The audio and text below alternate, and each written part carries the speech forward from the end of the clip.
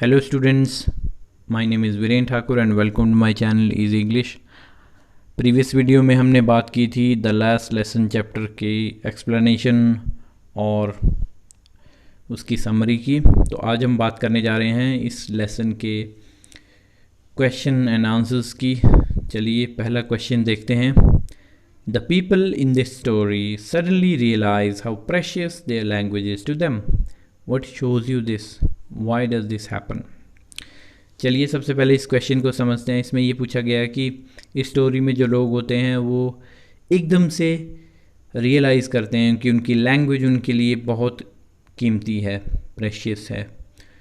आपको कौन सी बात इसको शो करती है? Y does this happen? ऐसा क्यों होता है? तो चलिए इसका आंसर देखते हैं। When the people of Alsace realize that their mother tongue French will no longer be taught to them and German will be the official language, they realize its importance। जब अल्सासे के लोगों को ये पता लगता है कि उनकी मदर टंग फ्रेंच जो है अब उनको नहीं पढ़ाई जाएगी और जर्मन वहाँ की ऑफिशियल लैंग्वेज बन जाएगी, क्योंकि जर्मनी ने अल्सासे पे अधिकार कर लिया था, तब उन्हें अपनी लैंग्वेज की इम्पोर्टेंस रियलाइज़ होती है। सडनली, एकदम से ही, they develop a respect towards learning their mother language. अपनी मदर लैंग्वेज सीखने के लिए वो रिस्पेक्ट जो है उसको पैदा कर देते हैं एकदम से ही। They attend the last lesson of French, they regret putting off learning French to the next day. वे फ्रेंच लेसन का, लैंग्वेज का लास्ट लेसन जो है उसको अटेंड करते हैं। They regret putting off learning French to the next day. उन्हें इस बात का पछतावा होता है कि क्यों वो अपनी लैंग्वेज को सीखने की बात को अगले दिन तक स्थगित करते रहते थे, पोस्टपोन करते रहते थे। Now finally the last lesson has arrived and they can not read their own language, however they pretend to be Frenchman. वो फ्रेंचमैन होने की बात करते हैं लेकिन अपनी लैंग्वेज को वो ना लिख सकते हैं ना पढ़ सकते हैं। और हालात ये है कि अब लास्ट लेसन का डे भी पहुंच गया है, इसके बाद उनकी ये मदर टंग उन्हें नहीं पढ़ाई जाएगी। They are ashamed of themselves and realize that the Germans have set hegemony over them due to the negligence towards their language। अब उन्हें काफ़ी शर्म महसूस होती है इस बात की कि जर्मन पीपल ने उनके ऊपर हेजेमनी मीन्स डोमिनेंस अपनी बना ली है। और उसके बाद ये सब कुछ कैसे हुआ? क्योंकि उन्होंने अपनी लैंग्वेज को नेगलेक्ट किया था, इसे बिल्कुल भी इम्पोर्टेंस नहीं दी थी। इस वजह से आज वो जर्मन लैंग्वेज के गुलाम हो गए हैं, उन्हें जर्मन लैंग्वेज जो है वही बोलनी पड़ेगी। नेक्स्ट क्वेश्चन है, Franz thinks will they make them sing in German even the pigeons, what could this mean? Franz सोचता है कि क्या वे पिजन्स को भी जर्मन में गाना सिखाएंगे? इसका अर्थ क्या हो सकता है? चलिए देखते हैं आंसर में। Franz is disheartened when he comes to know that he can no longer learn his language. Franz काफ़ी दुखी होता है ये जानकर कि वो अब अपनी लैंग्वेज को और नहीं सीख सकता। The district has been captured by Germany and now German will be taught to them। French feels that mother tongue comes to a person naturally। French का मानना यह है कि मदर टंग नेचुरली सीखी जाती है, वो फोर्सफुली नहीं सीखी जाती। He is born with it and no one can snatch it away। As Franz is attending his last class in French, he suddenly hears the pigeons on the roof going in a low tone। He wonders whether the Germans will make the pigeons to sing in German too। This remark is a French boy's typical reaction to the imposition of learning German। अब हम यहाँ बात करते हैं कि किस तरह से जब उसने पिजन्स को सुना कि वो बहुत ही लो वॉइस में कू कर रहे थे, तो उसे ये महसूस होता है कि जर्मन पीपल जो हैं क्या ये पिजन्स को भी फोर्सफुली इस लैंग्वेज में गाना सिखाएंगे? नहीं, ऐसा पॉसिबल नहीं है, क्योंकि नेचर बाउंडलेस होता है। नेचर किसी भी टेरिटरी या नेशन में लिमिटेड नहीं होता, नेचर फ्री है, तो इसे बांधा नहीं जा सकता। तो ये एक रिएक्शन था फ्रांस का जर्मन पीपल के प्रति, एक गुस्सा था जो वो उतारना चाहता था। Just like the pigeons make the coo sound irrespective of the country from which they are, similarly human beings also communicate in their mother tongue. जिस तरह से पिजन्स अपनी एक नेचुरल आवाज़ में बिना किसी आइडेंटिटी के कि वो कौन सी कंट्री से आए हैं कू करते हैं, उसी तरह से ह्यूमन बींग्स भी अपनी मदर टंग में कम्युनिकेट करते हैं। As the Germans are trying to impose their language on the French, so similarly France feels that they will teach the pigeons also to coo in German language. तो जिस तरह से वो French people पे अपनी language को impose कर रहे हैं, उस तरह से क्या वो पिजन्स को भी जर्मन लैंग्वेज सिखा देंगे? He has given this example to highlight his point that language is natural mode of communication and it cannot be imposed. चलिए अब हम बात करते हैं उन क्वेश्चंस की जो CBSE प्रीवियस ईयर्स में पूछे गए हैं। CBSE 2012 में ये क्वेश्चन पूछा गया था, what changes did the order from Berlin cause in the school. चलिए इसका आंसर देखते हैं। The order from Berlin stated that only German would be taught in the schools of Alsace and Lorraine. Berlin से order आया था कि सिर्फ और सिर्फ जर्मन लैंग्वेज जो है अल्सासे और लॉरेन के स्कूल्स में पढ़ाई जाएगी। Due to this an unusual silence prevailed in the school. एक अनएक्सपेक्टेड और जैसी कभी नहीं होती थी उस तरह की साइलेंस जो थी वो स्कूल में प्रिवेल कर गई। M Hamel became soft in speaking to the students. वो हार्श थे पहले, लेकिन अब वो काफ़ी सॉफ्टली सबसे बात कर रहे थे। While the students realise the importance of their language. जो स्टूडेंट्स थे उन्होंने भी अपनी लैंग्वेज की इम्पोर्टेंस को अच्छे से रियलाइज़ कर लिया। नेक्स्ट क्वेश्चन है, how did Franz react to the declaration that it was their last French lesson. चलिए इसका आंसर देखते हैं। Franz was shocked and sad when he heard this news that it was their last lesson. Suddenly he developed a liking for his language and was keen to learn French. एकदम से ही उसने अपनी language को सीखने के प्रति liking बना ली। He was remorseful, काफ़ी पछतावा था उसे, रिग्रेट था इस बात का कि वो अपनी लैंग्वेज को अच्छे से नहीं सीख पाया। M Hemal would go away, वो इस बात को लेकर भी काफ़ी परेशान था कि एम हेमल अब चला जाएगा और एम हेमल जैसा टीचर उसे नहीं मिलेगा। चलिए नेक्स्ट क्वेश्चन देखते हैं। ये 2014 एंड 2019 में पूछा गया है। क्वेश्चन है, why were the elders of the village sitting in the classroom.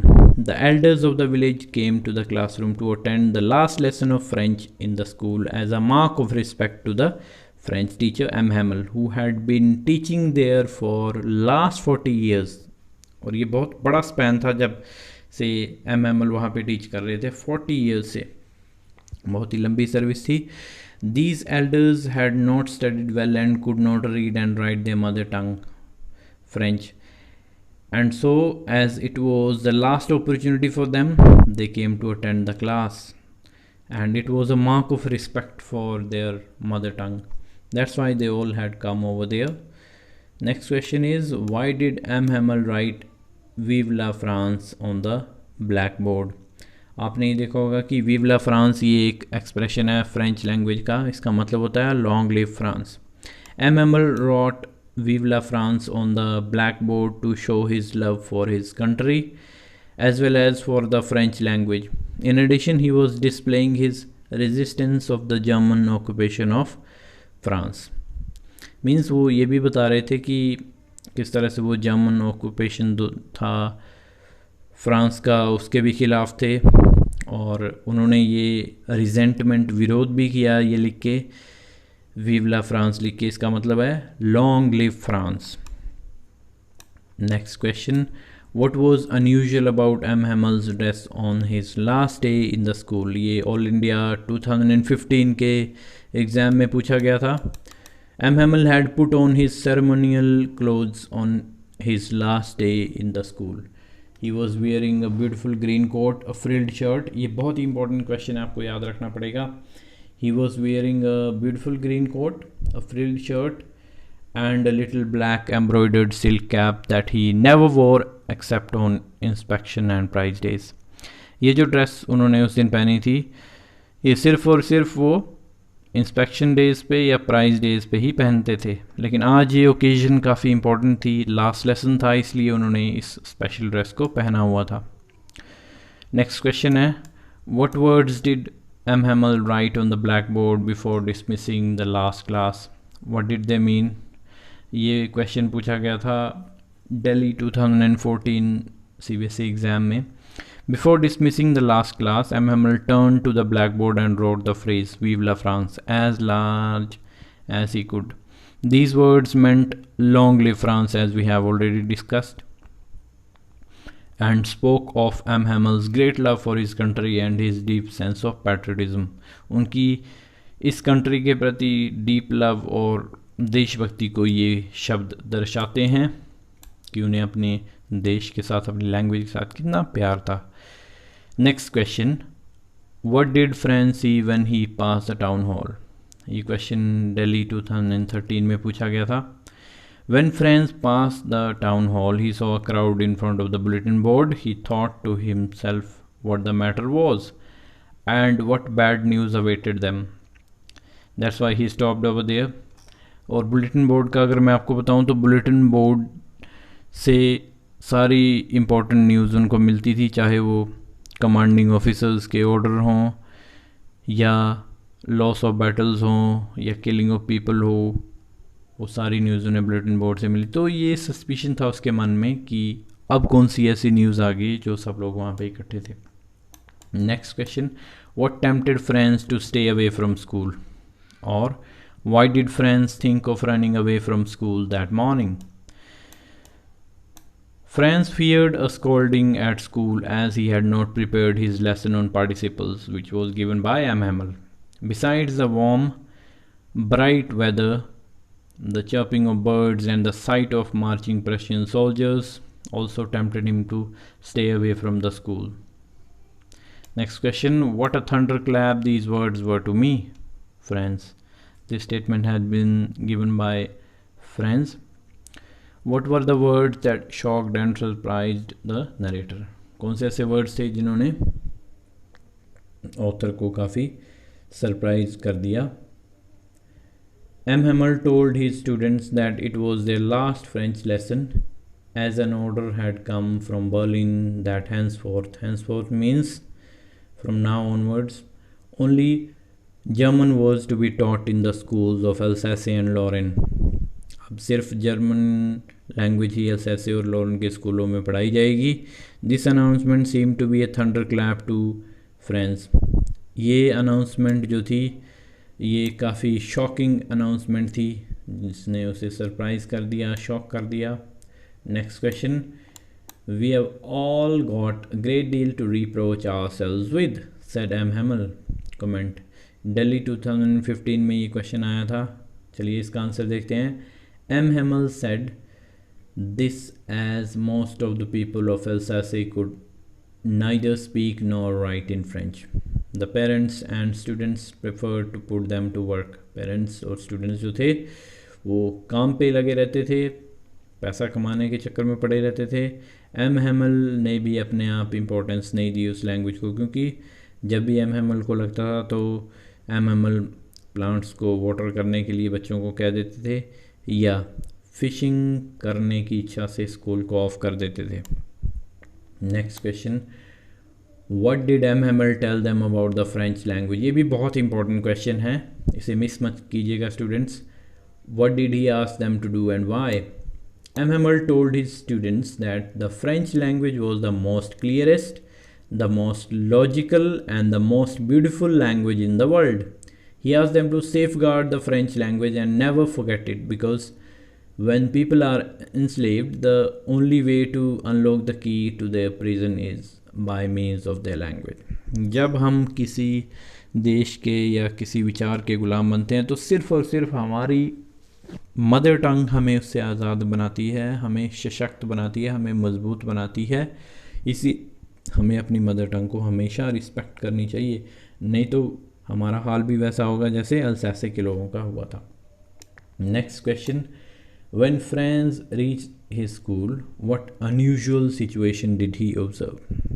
Usually there use to be a great hustle and bustle, काफ़ी नॉइजी सिचुएशन होती थी नॉर्मली जब स्कूल खुलता था। When the school began, the noise of opening and closing of desks, lessons being repeated in unison, and the hitting of teacher's ruler on the table could be heard out in the street. But that day it was all very quiet and still as on a Sunday morning. काफ़ी शांति थी उस दिन, ऐसा लग रहा था जैसे कि स्कूल खुला ही ना हो, जैसे कि ये संडे वाला दिन हो। तो स्टूडेंट्स, इस तरह से हमने देखा कि काफ़ी इम्पोर्टेंट क्वेश्चंस हैं और मुझे उम्मीद है कि आपको ये वीडियो पसंद आया होगा। Just like, share and subscribe, also tap the bell icon to get the notification of my video.